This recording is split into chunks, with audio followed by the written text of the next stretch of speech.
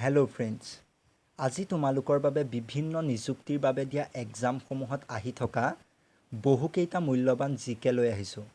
যিবোৰ প্ৰশ্ন হ'বলগীয়া Assam police, forest department, transport department আৰু বিভিন্ন ৰিটেন এক্সামৰ বাবে অতি প্ৰয়োজনীয়।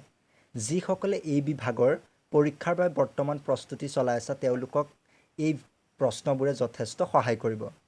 ভিডিঅ'টোলৈ আগবঢ়াৰ আগতে তোমালোকলৈ এটি অনুৰোধ যাতে সকলোৱে মোৰ চেনেলটো ছাবস্ক্ৰাইব এণ্ড শ্বেয়াৰ কৰিবা। ভিডিঅ'টো তোমাৰ বন্ধু বান্ধৱীলৈ শ্বেয়াৰ কৰিবা যাতে তোমাৰ লগতে তোমাৰ বন্ধু বান্ধৱীও এই ভিডিঅ'টোৰ পৰা উপকৃত হ'ব পাৰে। আহা আমি পলম নকৰি ভিডিঅ'টোলৈ আগবাঢ়োঁ। ইয়াৰে প্ৰথম প্ৰশ্নটো হৈছে কামাখ্যা মন্দিৰ কোনটো পাহাৰত অৱস্থিত? আমি সকলোৱে হয়তো জানো চাগে যে কামাখ্যা মন্দিৰ নীলাচল পাহাৰত অৱস্থিত, যিটো অসমৰ এখন প্ৰসিদ্ধ চহৰ গুৱাহাটীতে অৱস্থিত। ইয়াৰে দ্বিতীয় প্ৰশ্নটি হৈছে কিমান চনত অসমৰ ৰাজধানী শ্বিলঙৰ পৰা দিছপুৰলৈ সলনি কৰিছিল? এই প্ৰশ্নটো পৰীক্ষাত বৰ আহে, সেইকাৰণে তোমালোকে এইটোত গুৰুত্ব দিবা যে ইয়াৰ উত্তৰটো হ'ব যে অসমৰ ৰাজধানী শ্বিলঙৰ পৰা দিছপুৰলৈ সলনি কৰিছিলে 1973 চনত। ইয়াৰ পিছৰ প্ৰশ্নটি হৈছে অসম সাহিত্য সভা প্ৰথম কেতিয়া গঠন হৈছিলে?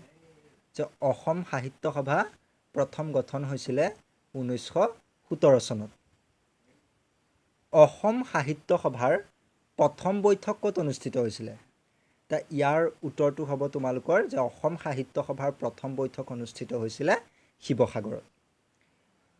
ইয়াৰ পিছৰ প্ৰশ্নটো হৈছে অভিৰুচি ক্ৰীড়া দিৱস কেতিয়া পালন কৰা হয়? অভিৰুচি ক্ৰীড়া দিৱস পালন কৰা হয় তোমালোকৰ 3 ছেপ্টেম্বৰত আৰু এই অভিৰুচি ক্ৰীড়া দিৱস ভোগেশ্বৰ বৰাৰ স্মৃতিত পালন কৰা হয়।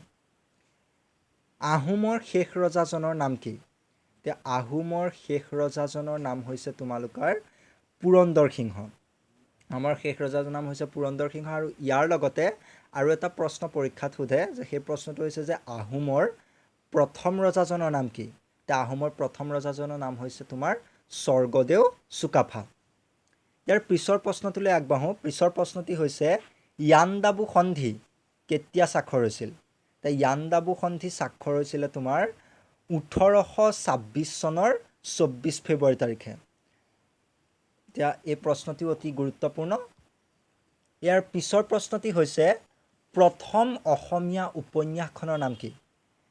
প্ৰথম অসমীয়া উপন্যাসখনৰ নাম হৈছে ভানুমতী আৰু এইখনৰ ৰচক আছিলে পদ্মনাথ গোহাঁই বৰুৱা। মনত ৰাখিবা। পিছৰ প্ৰশ্নটি হৈছে যে অসমৰ জাতীয় সংগীত অ মোৰ আপোনাৰ দেশ প্ৰথম কোন আলোচনীত প্ৰকাশিত হৈছিলে? আমাৰ সকলোৱে জানো অ মোৰ আপোনাৰ দেশটো আমাৰ ৰসৰাজ লক্ষ্মীনাথ বেজবৰুৱাদেৱে ৰচনা কৰা আৰু এই অ মোৰ আপোনাৰ দেশ জাতীয় সংগীতটো প্ৰথম প্ৰকাশিত হোৱা আলোচনীখন হৈছে বাঁহী। ইয়াৰ পিছৰ প্ৰশ্নটি হৈছে যে প্ৰথম অসমীয়া বাতৰি কাকত অৰুণোদয় কিমান চনত প্ৰকাশিত হৈছিল? আমি জানো যে আমাৰ প্ৰথম অসমীয়া বাতৰি কাকত হৈছে অৰুণোদয় আৰু এইখন প্ৰকাশিত হৈছিলে 1846 চনত। ইয়াৰ পিছৰ প্ৰশ্নটি হৈছে জ্ঞানপীঠ বঁটাপ্ৰাপ্ত প্ৰথম অসমীয়াজন কোন? জ্ঞানপীঠ বঁটাপ্ৰাপ্ত প্ৰথমজন অসমীয়া হৈছে বীৰেন্দ্ৰ কুমাৰ ভট্টাচাৰ্য।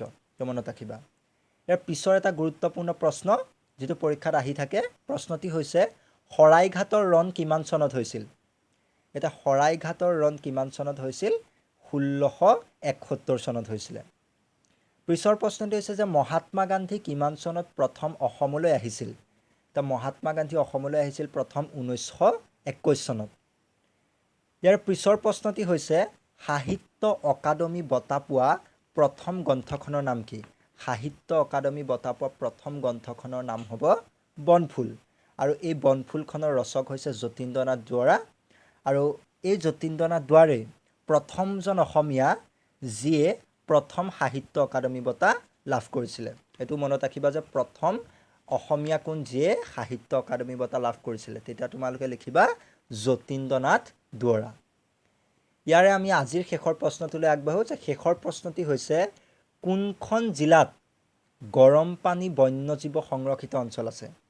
আৰু এই প্ৰশ্নটো অতি গুৰুত্বপূৰ্ণ। এই প্ৰশ্নটিৰ উত্তৰ হৈছে কাৰ্বি আংলং জিলাত।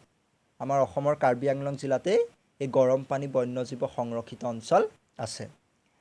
আজিলৈ এই জিকে কিটাই তোমালোকলৈ আগবঢ়ালোঁ আৰু এনেকুৱা ধৰণৰ বিভিন্ন পৰীক্ষাত আহি থকা প্ৰশ্নসমূহ পাবৰ বাবে মোৰ চেনেলটো ছাবস্ক্ৰাইব আৰু শ্বেয়াৰ কৰিবা আৰু তোমালোকক যদি প্ৰশ্নকেইটাৰ PDF লাগে তেনে ডেছক্ৰিপশ্যন বক্সত ইয়াৰ লিংক দিয়া আছে তোমালোকে তালৈ গৈকে ডাউনলোড কৰিব পাৰিবা আৰু ভিডিঅ'টো চোৱাৰ বাবে ধন্যবাদ থেংকছ ফৰ ৱাটছিং থেংক ইউ